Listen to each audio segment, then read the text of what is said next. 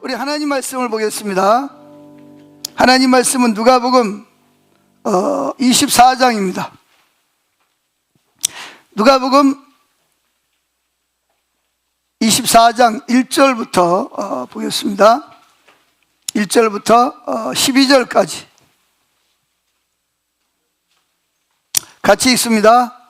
안식 후 첫날 새벽에 이 여자들이 그 준비한 양품을 가지고 무덤으로 가서 돌이 무덤에서 굴려 옮겨진 것을 보고 들어가니 주 예수의 시체가 보이지 아니하더라. 이로 인하여 근심할 때에 문득 찬란한 옷을 입은 두 사람이 곁에 섰는지라. 여자들이 두려워 얼굴을 땅에 대니 두 사람이 이르되 어찌하여 살아있는 자를 죽은 자 가운데 찾느냐? 여기 계시지 않고 살아나셨느니라. 갈릴리에 계실 때에 너희에게 어떻게 말씀하셨는지를 기억하라. 이르시기를 인자가 죄인의 손에 넘겨져 십자가에 못 박히고 제3일에 다시 살아나야 하리라 하셨느니라 한데, 그들이 예수의 말씀을 기억하고 무덤에서 돌아가 이 모든 것을 11사도와 다른 모든 이에게 알리니, 이 여자들은 막달라 마리아와 요한나와 야고보의 모친 마리아라. 또 그들과 함께한 다른 여자들도 이것을 사도들에게 알리니라. 사도들은 그들이 말이 허탄한 듯 들려 믿지 아니하나 베드로는 일어나 무덤에 달려가서 굽으려 들여다보니 세마포만 보이는지라. 그 된 일을 놀랍게 여기며 돌아가니라. 아멘. 오늘이 무슨 날이죠? 부활주일이 누가 부활한 날이에요? 네. 부활했다는 말은 뭘 전제하는 거죠? 죽었다는 걸 전제합니다. 네. 근데 여러분, 사람이 죽었다가 부활한다는 것이 상식적으로, 논리적으로 이게 이해가 됩니까? 안 됩니까? 그럼 이게 불가능한 겁니까? 네. 네. 자, 오늘 성경에 보면, 읽은 말씀에 보면 안식 후 첫날, 예수님이 언제 십자가에 못 박혀 죽으셨죠? 금요일 날. 그래서 성금요일, 성거룩한 금요일. 예수님이 일주일로 따지면 성금요일 날 어떻게 했어요? 십자가를 지고 골고다 언덕에 올라가셔서 양손과 양발에 대못을 받고, 오른쪽에는 살인강도, 왼쪽에도 살인강도와 함께 저주받은 자로서 나무 십자가에 매달려 생을 마감하셨습니다. 그래서 이제 그 아리마대 요셉이라는 사람이 있어요. 이 사람은 공회의원입니다. 그래서 공회의원인데 직위가 제일 올라갈 때까지 올라간 사람이에요. 그가 이제 바리새인이지만 예수님을 대적하는 일에 동참하지 않았던 그런 바리새인 중에 한 사람입니다. 그런데 그가 누굴 찾아갑니까? 빌라도, 예수님을 사형 언도를 내렸던 그 빌라도를 찾아갑니다. 찾아가서 왜 찾아가죠? 예수님의 시체를, 내가 장례를 치를 테니 예수님의 시체를 나에게 달라. 그래서 찾아갔습니다. 그래서 총독 빌라도가 백부장과 의사를 불렀습니다. 야, 그 예수라는 사람 죽었는지 안 죽었는지 확인해 봐라. 그래가지고 이제 백부장과 의사들이 가서 어떻게 했어요? 여러 가지 의학적인 검사를 했는데 이미 숨이 끊어진 지 오래됐습니다. 그래서 이제 빌라도에게 와가지고 보고하기를, 예, 벌써 숨이 끊어진 지 오래됐습니다. 그러니까 어떻게 하죠? 빌라도가 그러면 이 예수라는 사람의 시체를 뭐 해라? 아리마대 요셉에게 내려줘라. 그래서 이 아리마대 요셉이 자기를 위해서 파놓은, 저 보세요. 저기 뭐냐면 안에서 바위를 파가지고 이 안에다가 가족묘를 만드는 거예요. 그래서 이 칸을 만들어서 침대처럼 만들어가지고 사람이 세상을 떠나면 어떻게 돼요? 세마포로 싸가지고 거기다 갖다가 이렇게 눕히고, 그러면 이제 뭐예요? 짐승들이 들어와서 또 해코지할 수가 있으니까 거기에 맞는 문을 갖다가 이렇게 드르륵 밀어가지고, 그래서 이 문을 닫아서 짐승들이 이 무덤 안으로 들어오지 못하도록 하는 것입니다. 그래서 이제 구약 성경에 보면 예수님이 세상을 떠났을 때 부자의 무덤에 묻힐 것이다라고 예언이 되어 있습니다. 그 부자가 누구냐? 바로 아리마대 요셉이라는 사람이죠. 그래서 그는 예수님의 시체를 내려다가 세마포로 고이 싸가지고 어떻게 했어요? 그 자기를 위해서 판 무덤에다가 예수님을 모시고, 그리고 큰 돌문을 갖다가 드르륵 닫았습니다. 자, 그럼 이제 끝난 게 아니에요. 근데 갑자기 이제 공회의원들, 특별히 대제사장과 서기관과 바리새인들이 또 빌라도를 찾아갑니다. 왜 찾아갔을까요? 왜 찾아갔을까요? 예수님이 살아생전에 뭐라 그랬어요? 내가 죽었다가 며칠 만에 3일 만에 다시 살아날 거라고 말했습니다.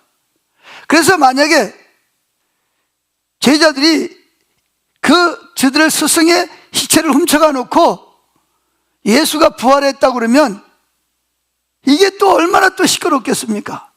그러니까 로마 병사들을 데려다가 이렇게 돌문을 열지 못하도록 빌라도가 뭐예요? 봉인을 하는 거죠. 누구의 명령 없이는 열지 못한다? 총독 빌라도의 명령이 없으면 누구도 무덤 문을 열지 못하도록 봉인을 한 거예요. 그리고 로마 병사를 보내서 3교대로 무덤을 지키게 하는 겁니다. 혹시라도 제자들이 와서 시체를 훔쳐가면 어떻게 해요? 바로 죽이거나, 만약에 설사 예수가 부활해가지고 나오더라도 뭐 하려고? 또 죽이려고 만반의 준비를 다 갖추고 기다리고 있는 거예요. 자, 그런데 이제 예수님 돌아가신 날이 금요일입니다. 이 유대 사람들은, 우리는 하루를 뭘로 시작하죠? 아침부터 하루를 시작하잖아요, 그죠? 근데 유대인들은 저녁부터 하루를 시작합니다. 창세기에 보면 저녁이 되며 아침이 되니 이는 첫째 날이니라. 그러니까 하루의 시작이 언제부터요? 해가 넘어가면 바로 하루가 시작이 되는 거예요. 언제까지? 그 다음날 또 해가 넘어갈 때까지 하루가 되는 거예요. 그래서 예수님이 이제 무덤에 들어가신 지가 금요일 날 들어가셨습니다. 그런데 이제 안식 후 첫날, 안식일은 언제가 안식일이죠? 우리는 맨 앞에 안식일이 주일이 있어, 그렇죠? 근데 이 유대력에 보면 일월과 수목 금까지 토요일이 안식일이에요. 쉬는 날이야.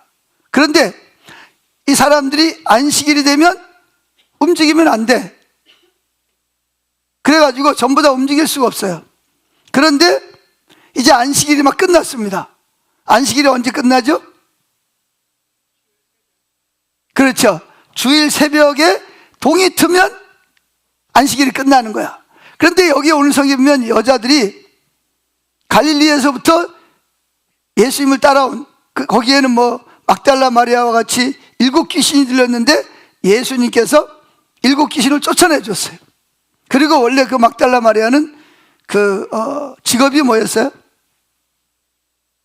오늘날로 말하면 장녀였습니다. 몸을 파는 그런 사람이에요. 그래서 7 귀신이 들어갔어요. 그래가지고 막 귀신이 소리도 내고, 그런데 예수님이 오셔가지고 불쌍히 여기고 어떻게 해서 귀신을 쫓아내 주시고, 그래서 이 여인이 변화가 됐어요. 그런 수많은 여자들이 날이 새기를 기다리는 거야. 왜 기다릴까요? 예수님의 시체에다가 뭘 바르려고?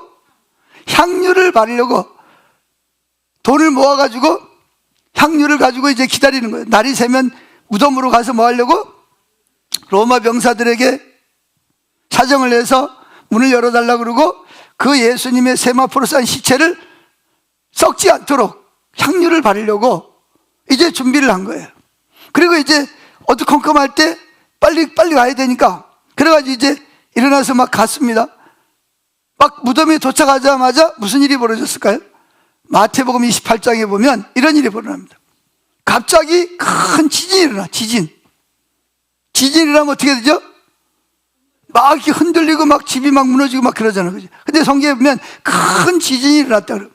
그러더니 갑자기 하늘에서 번개처럼 누군가가 내려왔어. 누가 내려왔을까요? 천사가 내려온 거예요.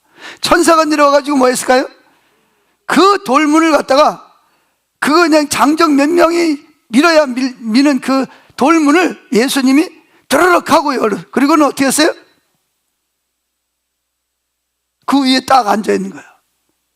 그러자 그 안에서, 시커먼 안에서 누가 나왔을까요?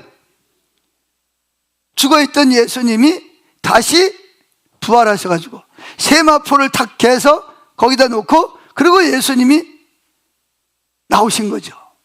그러니까 예수님이 나오면 죽이려고 했던 사람들이, 지진이 일어났죠. 갑자기 천사가 하늘에서 내려와가지고 돌문을 옆으로 옮겼죠. 그냥 여기 마태복음 28장에 보면 이 경비병들이 뭐 했다? 혼비백산을 한 거예요. 어떤 사람은 기절하고 막 난리가 났어요. 그러자 이 경비병들이 뭐죠? 정신을 차리고 걸음아 나살래라 그러고 뭐예요? 도망가다 생각하니까, 이 도망갔다가 만약에 우리가 나중에 이거 죽게 생겨요. 그래서 누굴 찾아갔을까요? 대제사장을 찾아가서 자기들이 보고 경험한 일을 다 이야기해요. 그랬더니 대제사장들이 아까 그 지진이 거기서 일어난 거야? 그러면서 그 로마 병사들에게 뭐예요? 성전에서 많은 돈을 가져다가 막 뇌물을 막 주면서 뭐라 그래요? 절대로 당신들이 실제로 보고 들은 것을 뭐 하지 마라? 말하지 마라. 그 대신 거짓말을 좀 해달라. 뭐라고 거짓말해요? 우리가 잠자는 사이에 누가? 쟤들이 와가지고 돌문을 옮기고 시체를 훔쳐갔다고 전해라. 그리고 만약에 빌라도 총독이 뭐라 그러면 우리가 또 적당히 알아서 할 테니까 그렇게 해달라. 그래가지고 로마 병사들이 실제로 그런 말을 퍼뜨려. 초대교회는 그런 말이 있었어요. 자, 그런데 진짜 예수님이 부활하셨을까요? 자, 진짜 예수님이 죽었다가 부활한 걸 믿습니까? 여러분도 죽지만 부활할 것을 믿으세요? 자, 여러분, 예수님의 십자가와 죽음의 부활을 믿는 신앙이란 그럼 어떤 것일까요? 어떤 교회가 있습니다. 주일날인데 어떤 목사님이 설교를 하시기 전에 강단에 와가지고, 내가 설교를 하기 전에 제가 잘 아는 우리 아버지 같은 분이 계시는데, 그분이 올라와서 저 대신 잠깐 간증을 하고 그 다음에 제가 설교를 하겠습니다. 그래서 이제, 그리고 목사님 내려가고 어떤 노신사가 올라왔어요. 강단에서 올라와가지고 길지 않지만 짧은 이야기를 전하고 강단으로 내려갔습니다. 그러면 그 노인이 전한 간증은 어떤 간증이었을까요? 거기에 비번에 보면 내용이 나와 있죠. BC. 어떤 사람에게는 바닷가에 살고 있었는데 하나밖에 없는 아들이 있었습니다. 하나밖에 없는 애들을 뭐라 그러죠? 애아들 또는 독자라고 그럽니다. 딸도 없어. 아들 하나밖에 없어. 그런데 어느 날 그 애아들이 아들 친구가 함께 바닷가에서 놀다가 그만 파도에 휩쓸려가지고 막 계속 막 물에 빠져서 멀어져 가는 거예요. 그때 그것을 목격한 아버지는 손에 뭘 들고 있었어요? 아버지에게는 한 명만 건질 수 있는 구명조끼밖에 없는 거예요. 근데 건져야 될 사람은 몇 명? 두 사람이란 말이에요. 이 절박한 상황에서 순간적으로 누구에게 조명조끼를 줘서 구원할 것인가 결정하지 않으면 안 되는 거예요. 하나밖에 없는 애 아들을 죽이고 아들의 친구를 살릴 수도 없고, 그렇다고 아들의 친구가 죽게 내버려 두고 애 아들만 살릴 수도 없고. 여러분 같으면 어떡하겠어요? 예? 여러분 같으면 어떡하겠어요? 내 하나밖에 없는 아들을 살릴래요? 아니면 아들의 친구를 살릴래요? 대부분이 누굴 살리겠어요? 애 아들을 살리겠죠. 근데 아버지는 상황이 복잡한 거예요. 그때 아버지의 마음에 순간적으로 스치는 생각이 있어요. 그게 뭐죠? 곧 자기 애 아들은 지금 죽어도 어디가? 예수를 믿기 때문에 지금 설사 죽는다 하더라도 천국에 갈 것이고, 그리고 예수님이 부활하면 그 육신도 어떻게 해요? 부활할 걸 믿으니까. 그래서 자기는 어떻게, 비록 지금은 애아들하고 헤어지지만 그때가 되면 기쁨으로 아들과 만날 수 있는 소망이 있잖아요. 근데 이 아들 친구는 아버지가 알기에는 예수를 안 믿어. 교회를 안 다닌단 말이에요. 그럼 어떡하죠? 지금 죽으면, 물에 빠져 죽으면 어디 가는 거예요? 바로 뭐예요? 저승사자에 끌려서 지옥으로 갈 것이라는 거죠. 그럼 어떻게 해야 돼요? 아버지는 아들을 향해서 외칩니다. 파도가 막 치는데 잘 들리는 큰 소리로, 아들아, 내가 너를 사랑한다. 그러면서 아들은 뭐가 올 줄 알았어요? 구명조끼가 자기에게로 올 줄 알았는데 아버지는 오히려 구명조끼는 누구한테로 던져? 그 예수 믿지 않는 친구에게 구명조끼를 던져버리는 거예요. 결과는 어떻게 됐죠? 애아들은 결국 힘이 빠져서 죽고, 그 구명조끼 때문에 아들의 친구는 살아난 거예요.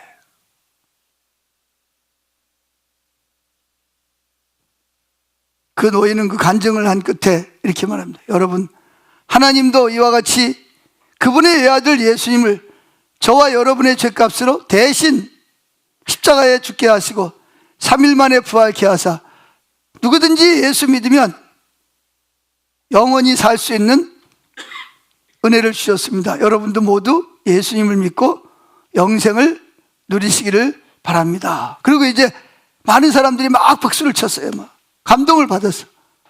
이제 노신사는 내려가고 목사님이 올라와서 설교를 하고 예배를 마쳤습니다.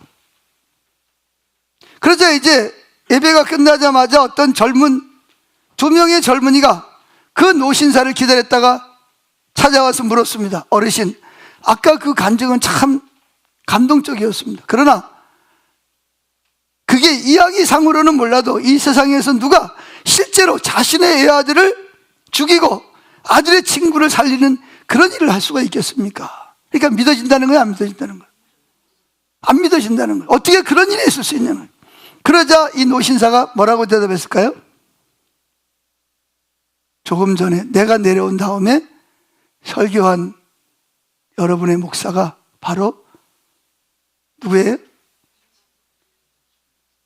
제가 제 아들을 죽이고 살린 그 친구분이 지금 예수를 믿고 뭐가 됐다는 거예요? 이 교회의 담임 목사로서 조금 전에 설교를 한 분입니다. 그 이야기를 하는 거예요. 여러분, 자기 하나밖에 없는 애아들을 죽이고 대신 아들의 친구를 살릴 수 있는 사람은 세상에 많을까요? 적을까요? 아니면 없을까요?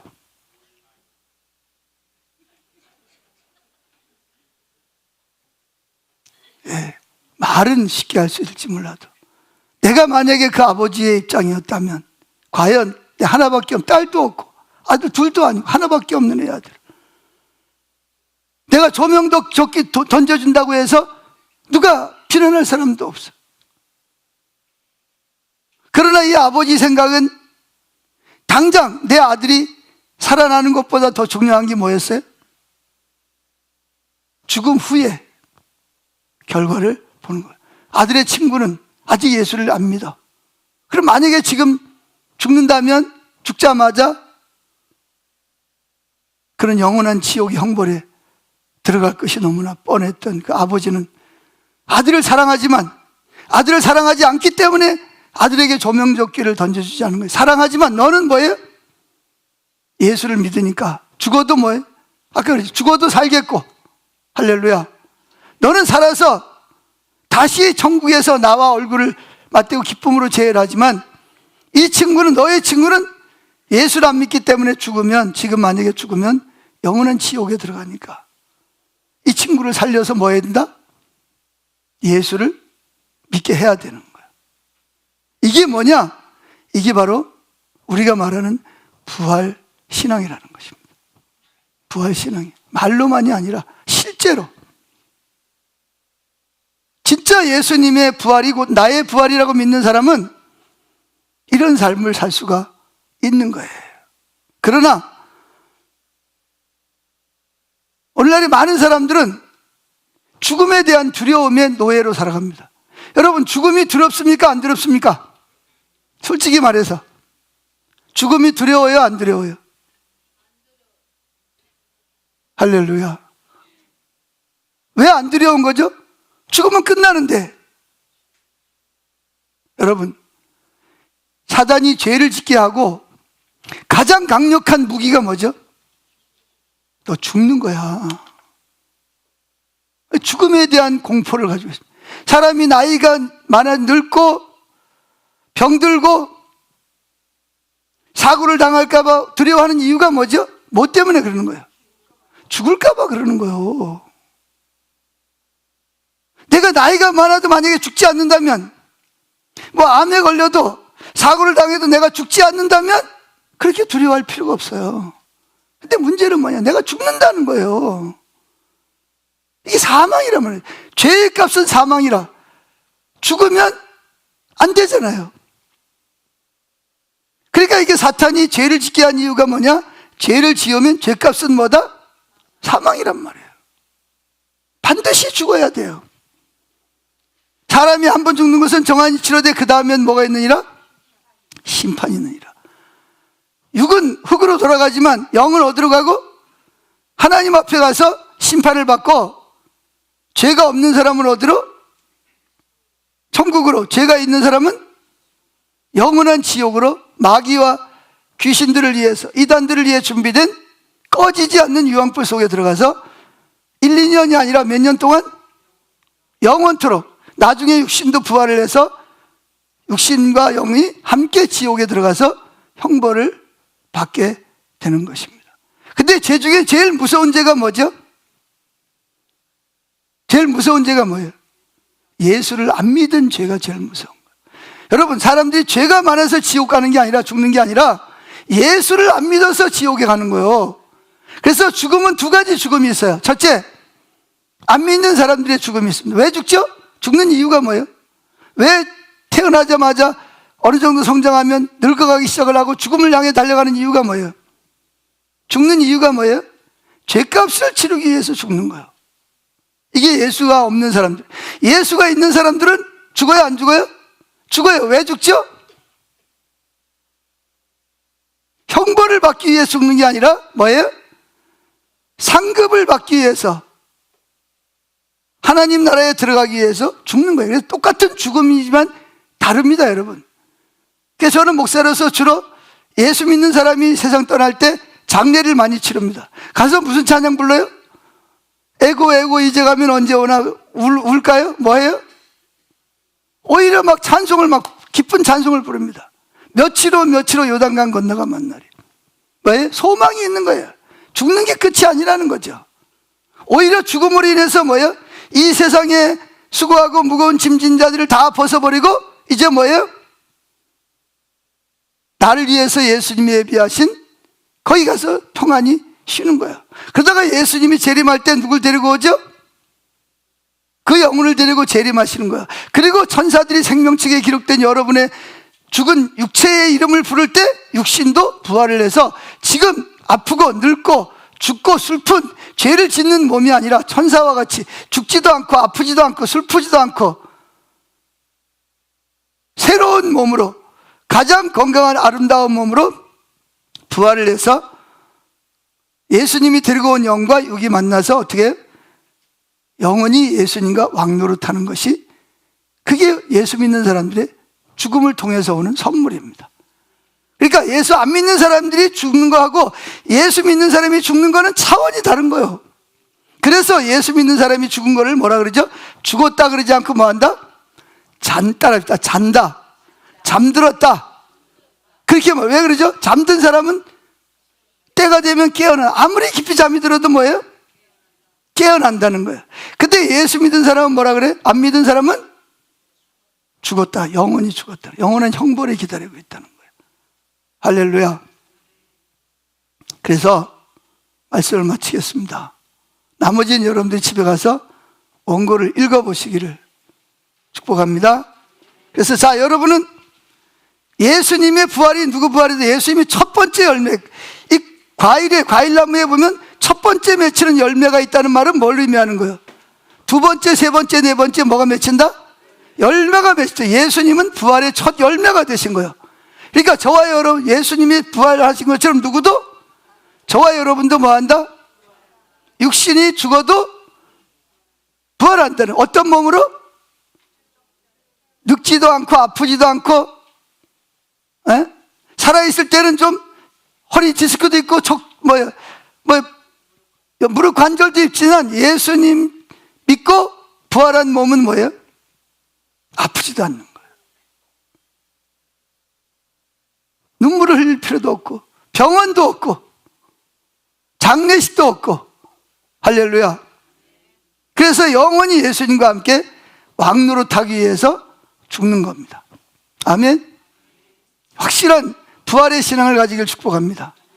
근데 이 예수를 안 믿어지는 사람들은, 부활을 안 믿는 사람들은 죽는 게 두려운 거야. 죽으면 안 되는데, 안 죽어야 되는데. 그렇다고 안 죽나? 하나님 때가 되면 오라 그러면 다 가야 되는데. 그래서 우리 예수 믿는 사람들은 이 노신사처럼 확실한 삶이 달라요. 아멘. 자, 우리 찬양 한 장 드리고 축도하고 마치겠습니다.